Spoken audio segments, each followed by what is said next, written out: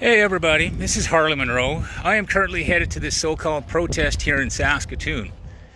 I just want you to see how uncivil and rude these people are going to be. Now, these aren't the people that speak for Canadians. These are mostly the people that are uneducated and then do not speak for Indigenous people. So they want to come out here and they want to make trouble. I do not understand their problem. Unlike them, I am educated. I actually have a degree.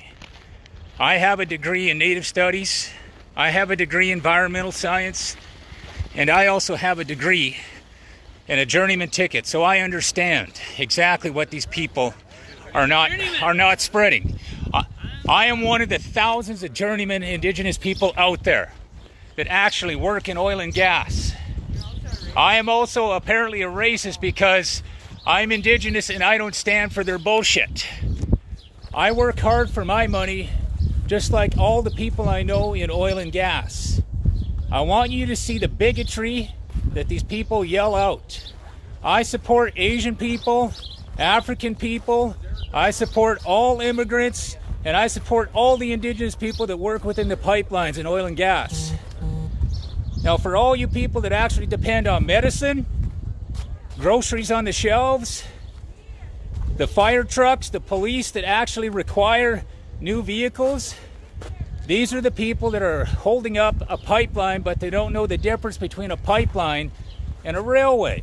The railway here has tracks. It doesn't run any fluid. And for people to know, they talk about unceded land, but none of them have a degree. Not one of them. I do. I have one of those indoctrinated Indigenous degrees from the university here.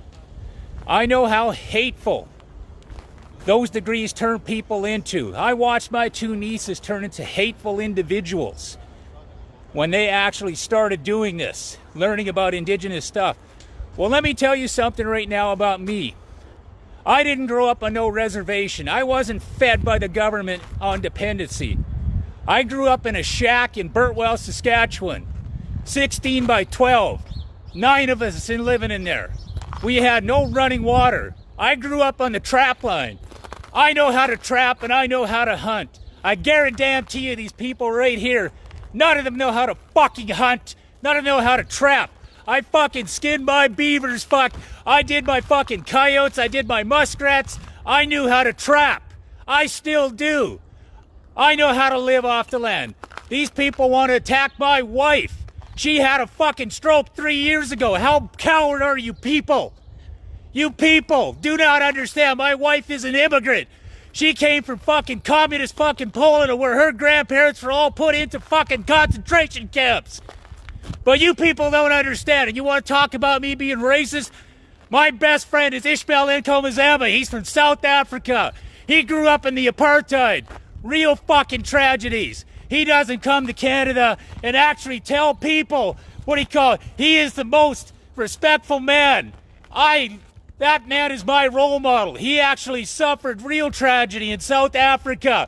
His friends were being hung every night because you couldn't talk to a white woman. But yet these people, they keep wanting to talk about racism. Racism is what they create. I have friends from the United States of all backgrounds. I support everybody. I am a Canadian. I don't pull the racist card. So not like you, Pam Palmater. All you do is create racism. Where are you, Perry Bellegarde? You support this. You're supposed to be a Canadian first. I'm a Canadian. I don't pull the ethnic racist card because I don't see color. Martin Luther King Jr. said, "Judge me by the content of my character, not by the color of my skin." Maybe you people should go back to school and actually learn something. I have respect for everybody that works in this country, that works their ass off to actually show Canadians you earn what you get. I pay for my education right now. They ask me why I don't work. Well, I'm working on my third university degree right now. And I'm paying for it myself. I don't expect no band or some reserve to pay it for me. I have a degree in science. I have a degree in Native Studies. And I'm working on a damn economics degree. I understand, like my reserve chief in Sapatawayak Cree Nation said, he will never fund degrees that don't support the reserve. He is out for economic development. All these casinos, they depend on non-Indigenous people for their business. Every one of these gas stations, they actually support their people. They bring in revenue for their people. But maybe you people should realize what you're protesting. Go to your bands if you got a problem. The Wet'suwet'en people, they told you stay the hell out of their business. The elected chief and council actually already said they approved a pipeline. 20 plus bands out there, but all you fake Indian people. I'll gladly do a DNA test and I'll gladly show I am Scottish too. I never once said I was a pure-blooded Indian. But if what it is to be an Indian is to sit on a res, collect a welfare check, and blame other people, as I said, immigrants come to this country that are very successful. They don't speak a word of English, but yet they come over here. They leave their families. Why can't you leave your reserves? They're only 50 miles away. We have people from small town Saskatchewan or Alberta who left their place. And all it is they left because there's no jobs. You want to talk about segregation? Martin Luther King was dead against segregation. Here you sit at the reserve. You people will not leave it. You sit in your own schools and create racism within these schools. How do you ever intend to be successful and integrate into society if you actually don't become a part of it?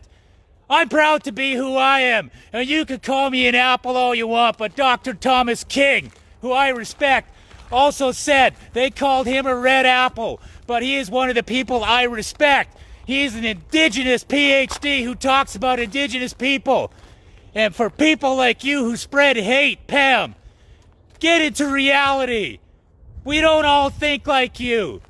It is the racism that you create at the university with your abilities to actually mold these young minds into bullshit. I apologize for the language, but all the people on the internet, the 100,000 plus people that are going to see, spread this, please. Because these people do not speak for the majority. These people are the people who refuse to go to school. They drop out of school by their own choice. I'm surprised a few are here considering the child tax checks just came out. Why don't you go to school? I dropped out of school. I quit when I was 16. I went back to school at 28 years old, and I got my education. I learned lots.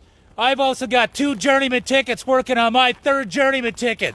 Nobody stopped me. No Indian Act. So you on the internet that you want to say that this Indian Act is a piece of paper, that Indian Act gives you a benefit. You are tax-free to set up businesses. Why do you think the casino makes so much money? It is tax-free. I know lots of teachers who actually also, here's what's wrong with the revenue system. We have people make $80,000 on the reserve and they still get to collect a child tax benefit check. Revenue Canada, what the hell is wrong with you? They make $80,000 and yet you call it non-taxable income. I'm an Indigenous person that actually works for his money. As I said, call me racist, Red Apple, Heinz 57, all you want. I am a Canadian first. You hear that? A Canadian. I do not divide anybody by the skin color. I have heroes out there. Abraham Lincoln. You know, you people should realize the actual troubles that African Americans faced.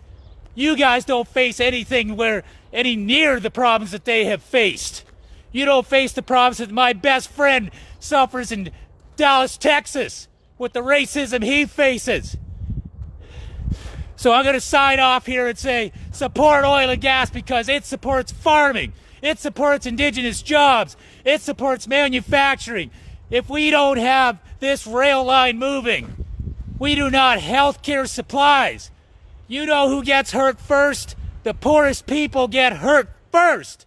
That is the Indigenous people who are stuck on welfare. And these people are hurting those people, the seniors that need their Medicare. I'm willing to speak up with Pam, any of these university profs, because you couldn't indoctrinate me. You tried. What I did was I fought back. and I checked out facts.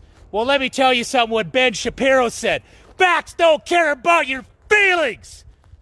See you later, Canada.